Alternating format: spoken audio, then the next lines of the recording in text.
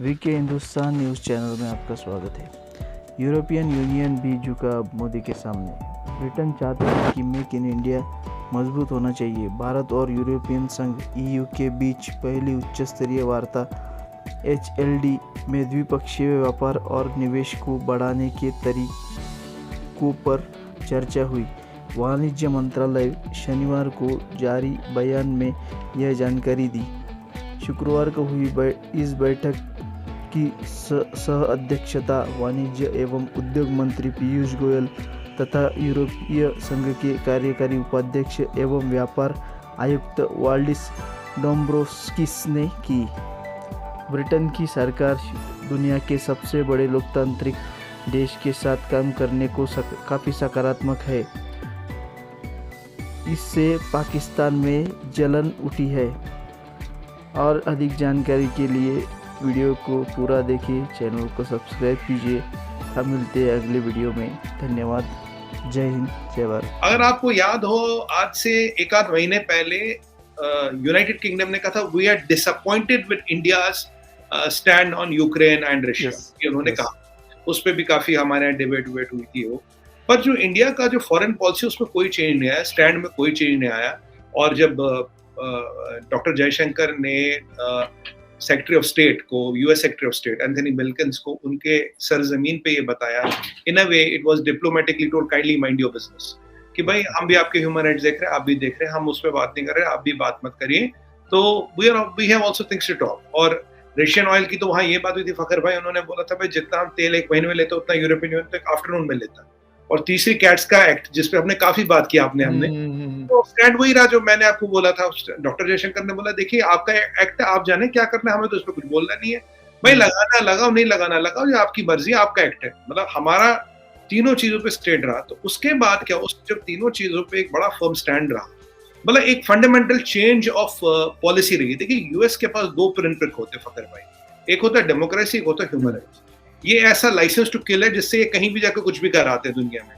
अब डेमोक्रेसी की बात करें, उनसे बड़ी डेमोक्रेसी है यूएस से, जितनी यूएस की आबादी ने उससे 3 गुना लोग थे वोट देते हैं, तो डेमोक्रेसी की तो बात खत्म हो जाती है। और ह्यूमन राइट्स पे हमने उनको उनकी सरजमीन पे, उनके मीडिया पे सब जवाब दे दिया। अब ह्यूमन राइट्स वाला मसला भी हो गया खत्म।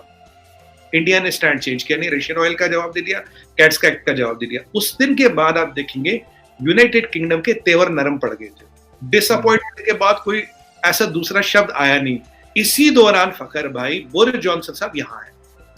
ये पैरेलल होता और ये अनाउंसमेंट यहाँ होती है, बोरिस जॉनसन साहब का है हिंदुस्तान की सरजमीन पे। उन्होंने एक तभी बात बोला यार ये जो जहाज वाला है आपका, हम भी देने को तैयार है, we are ready to help you in fighter jets.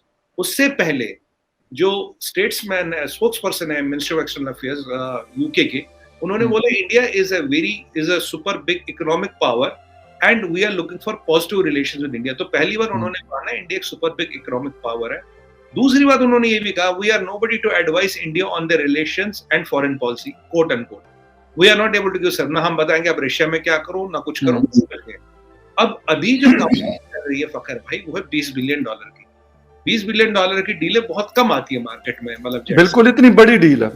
और अभी फिर इसके स्पेयर्स, फिर इसका आर्मामेंट, फिर इसके मेंटेनेंस, तो ये करीब 30, 35, 40 बिलियन तक इसका हिसाब किताब बनता रहेगा। बिल्कुल ये डील आ रही है, तो इसलिए जनरल ऑस्टिन साहब का भी उस दिन पलट गए, कह रहे हैं तैयार है। अब बोरिस जॉनसन साहब समझिए, एक चीज छोटी सी समझने की कोशिश करूंगा।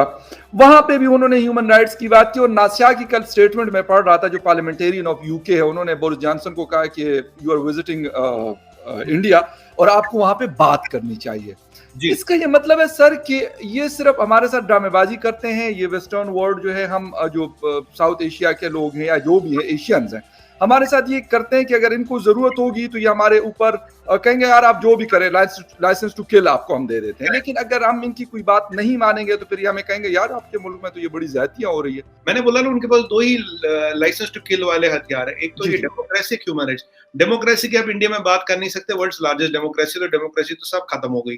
अब बचा ह्यूमन राइट्स। जब हमने सेक्रेटरी ऑफ स्टेट को उनकी सरजमीन पर फखर भाई जवाब दे दिया, तो ब्रिटिशरों ने ह्यूमन राइट्स की बात ही नहीं छेड़ी, क्योंकि अगर उनको वहां उनकी जमीन पर जवाब मिल गया तो यहाँ ह्यूमन राइट छेड़ने की बात ही नहीं। अगर यूके की लॉन्ड्री लिस्ट गिराए, एंग्लो इंडियन सिक्योरिटी पार्टनरशिप जो है वो वजूद में आ रही है, और इसकी पाकिस्तान पे क्या इम्प्लीकेशंस हो सकती हैं।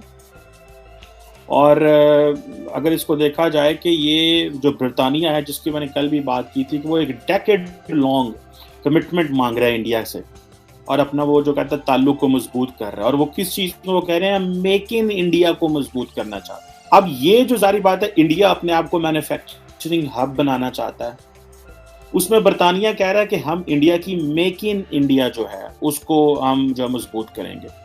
और जो जारी बात है डिफेंस एंड सिक्योरिटी पार्टनरशिप के ऊपर तो काफ़ी काम है, फ्री ट्रेड के ऊपर वो काफ़ी चीज़ें मेच्योर कर रहे हैं। और बरतानिया ये कह रहा है कि हम एक इंडिया स्पेसिफिक एक जनरल एक्सपोर्ट लाइसेंस देंगे, जिसमें वो कह रहे हैं हम ब्यूरोक्रेसी को ख़त्म कर देंगे, ये जो जिसे कहते हैं ना कि डिफेंस प्रोक्योरमेंट में भी ये जो डिलीवरी के टाइम्स होते हैं उनको मेंटेन करेंगे। अब उनको समझ आ गई है कि इंडिया जो है वो नेट बायर है, और जब नेट बायर आता है तो वो कह रहे हैं कि हम डिफेंस प्रोक्योरमेंट में जो है वो अपना स्पेशल रोल प्ले करेंगे, और उधर इंडिया को हेल्प करेंगे मेक इन इंडिया में। और उसने कहा जनाब कि जिसे आप कहते हैं कि हम ये अब इसको समझिएगा, बोरिस जॉनसन ये कहते हैं कि जो इंडिया को जो थ्रेट्स हैं जो कि समंदर से हैं, सी से हैं, एयर से हैं, स्पेस से हैं और साइबर से हैं, ठीक है जी, इंक्लूडिंग जो नई फाइटर जेट टेक्नोलॉजी है और जो मैरीटाइम टेक्नोलॉजी है, उसमें हम इंडिया की मदद करेंगे और काम करेंगे। अब मुझे ये देखना है कि इसमें इंडिया को तो जो सी थ्रेट्स हैं उसमें और सारे थ्रेट्स के साथ पाकिस्तान भी एक थ्रेट है, एयर जो है, स्पेस जो है, स्पेस में तो मुझे नहीं पता हमारी क्या कैपेसिटी है, I will not comment on that, क्योंकि जो इलेक्ट्रोमैग्नेटिक वॉरफेयर की चाइना बात कर रहा है वो इंडिया उसके करीब तरीन भी नहीं है। तो हम कहाँ खड़े हैं, that is where obviously is an important, लेकिन यूरोप और वेस्ट तो बड़ा वो आगे जा चुका है, भले वो फाइटर जेट टेक्नोलॉजी हो या मैरीटाइम टेक्नोलॉजी हो, इन चीज़ों में। अब हमें देखना है कि क्या जो सी, एयर एंड स्पेस, जो लैंड के जो थ्रेट्स हैं, उसमें जब बरतानिया इंडिया के साथ खड़ा है तो हम कहाँ खड़े हैं, क्योंकि इंडिया को जो मेन थ्रेट्स हैं वो तो चाइना के साथ साथ पाकिस्तान से भी हैं। इंडिया के लिए चाइना थ्रेट तो भी इमर्ज कर रहा है। यूरोप हो, अमेरिका हो, सब ममालिक ने हमें बैन कर दिया है कि पाकिस्तान को टेक्नोलॉजी नहीं देनी, मिलिट्री टेक्नोलॉजी नहीं देनी।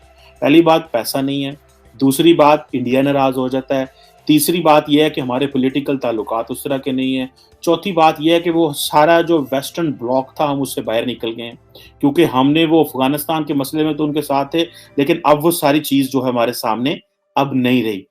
जैसे ही अमेरिका जो है वो अफगानिस्तान से निकला और यूरोपियंस अफगानिस्तान से निकले, हमारे साथ उन्होंने जिसे कहते हैं ना जनाब कुटी करके चले गए, और रही से कसर जो है वो हमारे लीडर, हम सब के लीडर इमरान खान साहब ने निकाल दी, और उन्होंने कहा ये मुझे तो खतरा ही पड़ा, उन्होंने कहा मुझे खतरा है, इसका मतलब है पाकिस्तान को भी वही खतरा है, ठीक है जनाब।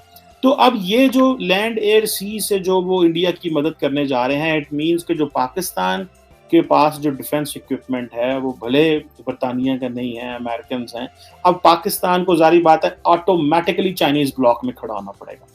अब चाइनीज का प्रॉब्लम, जैसे J-10C हमने रिसेंटली उनसे लिया है, लेकिन वो कितनी क्रेडिबल जो है वो थ्रेट्स, वो कितनी क्रेडिबल जो है वो क्या उसको बोलते हैं टेक्नोलॉजी है, वो आपको पता ही है, उसकी वो क्रेडिबिलिटी के तो रोने हर तरफ ही रहते हैं।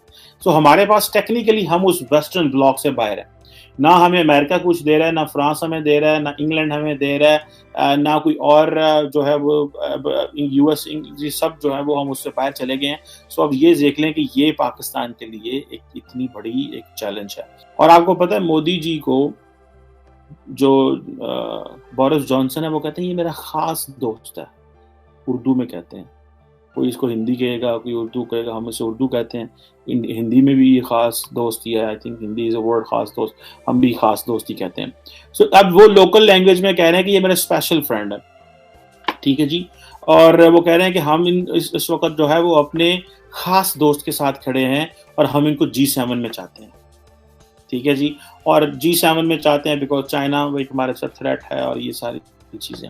अब आप इमेजिन करें कि ये जो एंग्लो जो इंडियन सिक्योरिटी पार्टनरशिप है, where does Pakistan stand in this, क्योंकि वो तो खास दोस्त को अपने लेके आगे चले गए और हमने ये फैसला कर लिया कि हमें सिर्फ और सिर्फ इन चीज़ों में रहना है, जो सियासत करनी है, क्योंकि हम हर चीज में सियासत करना चाहते हैं।